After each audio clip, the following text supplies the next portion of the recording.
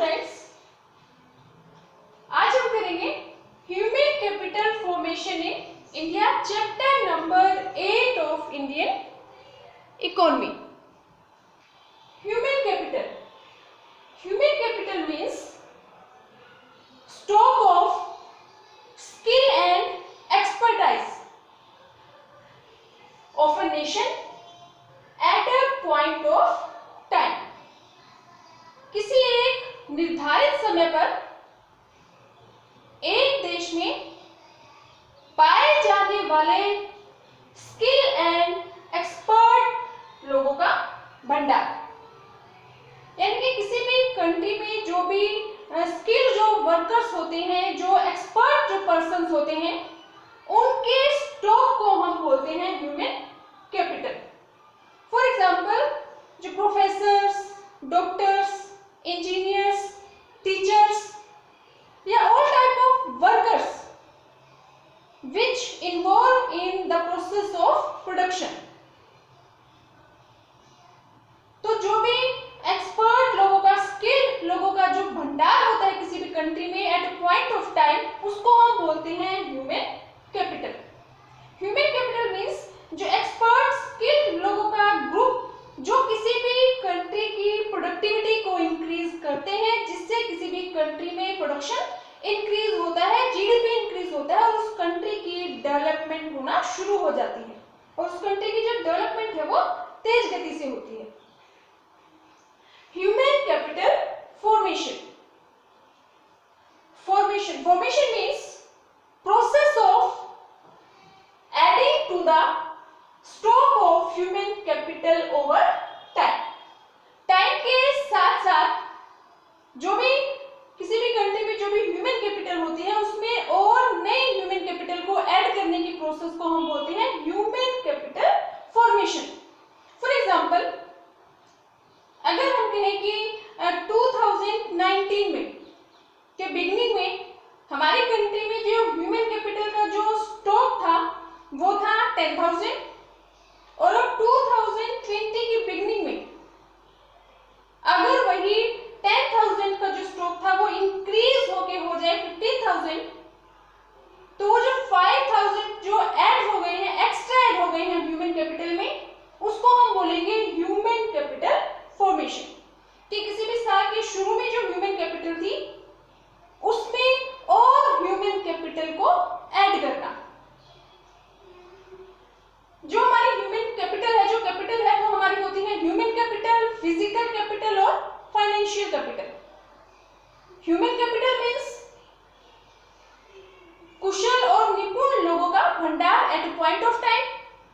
Physical capital means जो भी produced जो हमारी कैपिटल होती है, फॉर एग्जांपल मशीन्स है, लैंड है, बिल्डिंग है, रॉ मटेरियल है, उसको हम बोलते हैं, जो इंटेंजिबल जो गुड्स होती हैं उनको हम बोलते हैं physical capital. Financial capital means paper claims against physical capital. For example, किसी भी जो जमीन के पेपर है वो हमारे फाइनेंशियल कैपिटल है, या जो हमारा मनी है या जो क्रेडिट है वो हमारा फाइनेंशियल कैपिटल है। जैसे फॉर एग्जांपल, जो प्रोड्यूसर है वो कोई बिजनेस शुरू करने के लिए मनी इन्वेस्ट करता है, कैपिटल इन्वेस्ट करता है, तो जो कैपिटल है वो हमारा फाइनेंशियल कैपिटल होती है। ह्यूमन कैपिटल मींस कुशल और निपुण लोगों का भंडार। फिजिकल कैपिटल जो भी इंटेंजिबल जो कैपिटल होती है, फॉर एग्जांपल जो मशीन्स है, बिल्डिंग्स है, रॉ मटेरियल है, जो किसी भी कंट्री की डेवलपमेंट के लिए जरूरी है, जिससे किसी भी कंट्री की प्रोडक्टिविटी इंक्रीज होती है, उसको हम बोलते हैं फिजिकल कैपिटल। लेकिन जो फिजिकल कैपिटल का जो सही यूज है वो डिपेंड करता है किसी भी कंट्री की ह्यूमन कैपिटल पे। अगर किसी भी कंट्री की जो ह्यूमन कैपिटल का जो स्टॉक है वो ज्यादा है, अच्छा है, तो उस कंट्री की प्रोडक्टिविटी इंक्रीज होती है, उस कंट्री की जो फिजिकल कैपिटल है उसका बेस्ट यूटिलाइजेशन होता है और वो कंट्री बहुत तेजी से ग्रोथ करती है। नेक्स्ट हमारा जो टॉपिक है वो है determinants sources of human capital formation. कि किसी भी कंट्री में जो ह्यूमन कैपिटल फॉर्म होती है वो कैसे होती है? तो फर्स्ट और सबसे इंपॉर्टेंट जो डिटर्मिनेंट या सोर्स है ह्यूमन कैपिटल फॉर्मेशन का वो है एक्सपेंडिचर ऑन एजुकेशन, शिक्षा पर खर्च। जिस भी कंट्री में एजुकेशन पर ज्यादा खर्च किया जाता है वहां की जो ह्यूमन कैपिटल है वो तेज गति से इंक्रीज होती है, ज्यादा तेजी से ह्यूमन कैपिटल फॉर्म होती है। तो ये सबसे इंपॉर्टेंट डिटर्मिनेंट है ह्यूमन कैपिटल फॉर्मेशन का, क्योंकि जो एजुकेशन है, एजुकेशन जो भी हमारे ह्यूमन बीइंग्स हैं उनको स्किल बनाती है। हमारे यहाँ पे जो नई नई इनोवेशंस होती हैं किसी भी कंट्री में वो डिपेंड करती हैं ह्यूमन कैपिटल पर, एजुकेशन पर। तो जो भी अगर एजुकेशन पे ज्यादा खर्चा किया जाता है तो ह्यूमन कैपिटल भी उसी गति से फॉर्म होती है, क्योंकि एजुकेशन पर जो खर्चा किया जाता है और बाद में जब जॉब लग जाती है या अपना बिजनेस शुरू किया जाता है तो एजुकेशन पे जितना खर्चा होता है और बाद में जो उससे बेनिफिट होता है, तो वो जो बेनिफिट होता है एजुकेशन पर खर्चे से, वो एजुकेशन पे जो खर्चा हम लगाते हैं, जो कॉस्ट लगती है एजुकेशन पर, उससे कई गुना ज्यादा होता है।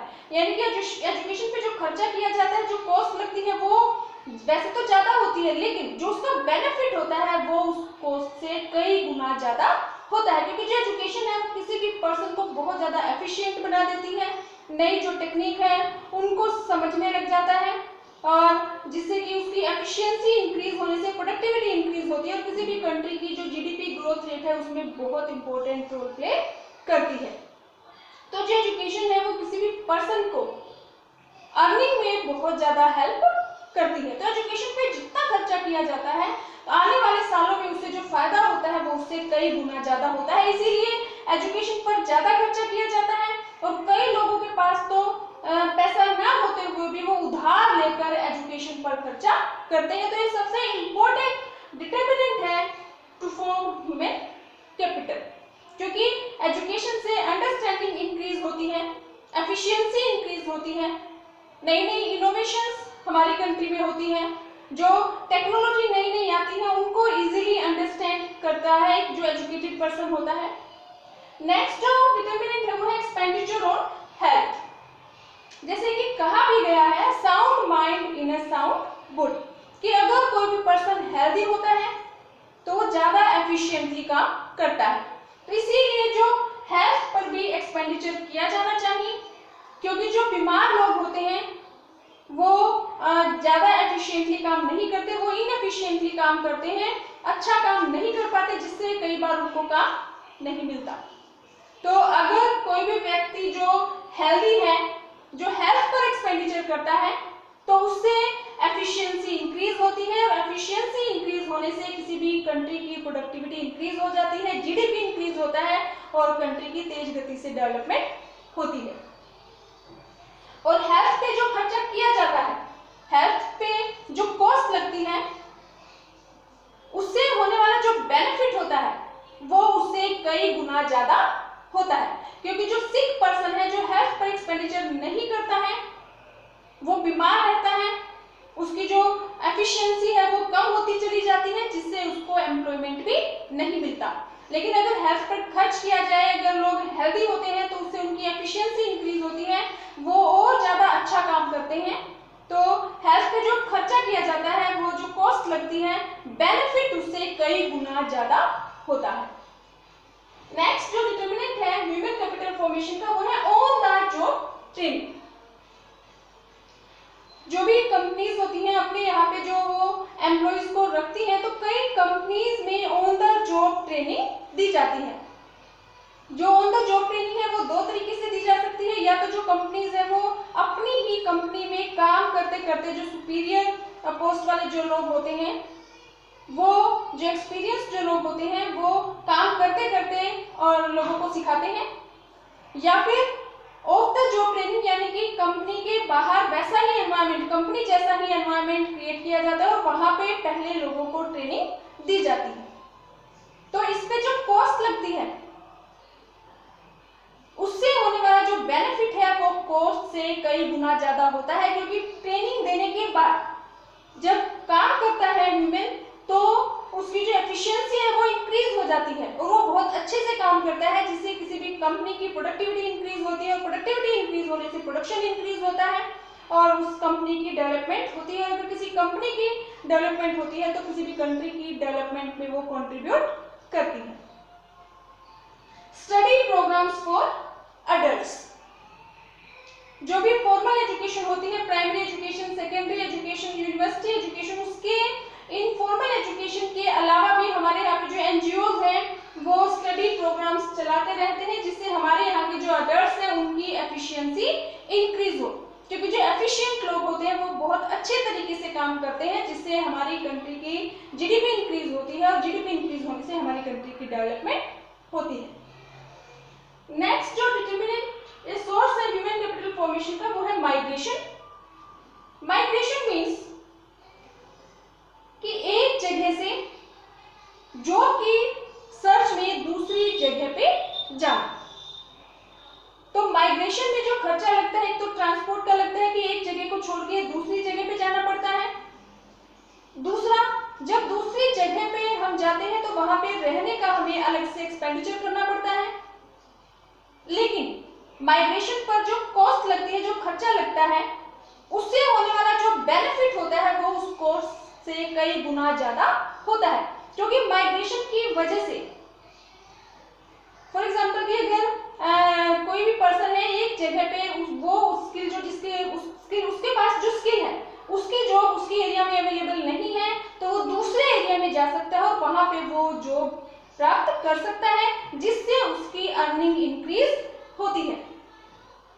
तो जो माइग्रेशन है वो भी ह्यूमन कैपिटल फॉर्मेशन का इंपॉर्टेंट कंपोनेंट है, क्योंकि इससे जो इनएक्टिव जो एफिशिएंसी होती है, इनएक्टिव जो ह्यूमन कैपिटल होती है हमारी, वो एक्टिव ह्यूमन कैपिटल में कन्वर्ट हो जाती है। क्योंकि अगर एक जगह पर काम अवेलेबल नहीं है और दूसरी जगह पे काम अवेलेबल है तो एक जगह को छोड़ के दूसरी जगह पर जाने से वो जो इनएक्टिव स्किल है उसका यूटिलाइजेशन होता है, जिससे प्रोडक्टिविटी इंक्रीज होती है, प्रोडक्शन इंक्रीज होता है और हमारी कंट्री की डेवलपमेंट होती है।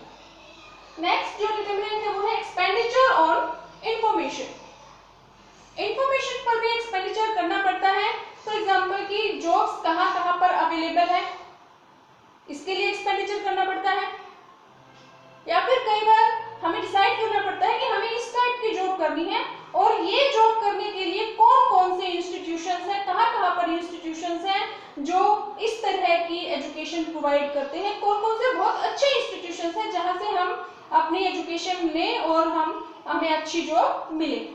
तो इसीलिए अच्छे इंस्टीट्यूशंस को फाइंड आउट करने के लिए और जॉब्स की इंफॉर्मेशन लेने के लिए भी एक्सपेंडिचर करना पड़ता है। लेकिन इन पर जो एक्सपेंडिचर किया जाता है, जो कॉस्ट लगती है और इस एक्सपेंडिचर से होने वाला जो बेनिफिट होता है वो उस कॉस्ट से कई गुना ज्यादा होता है, क्योंकि अच्छी एजुकेशन, अच्छे इंस्टीट्यूशन से अच्छी एजुकेशन लेने से एफिशिएंसी इंक्रीज होती है, एफिशिएंसी इंक्रीज होने से प्रोडक्टिविटी इंक्रीज होती है, प्रोडक्टिविटी इंक्रीज होने से हमारी कंट्री का जीडीपी इंक्रीज होता है और हमारी कंट्री की डेवलपमेंट होती है।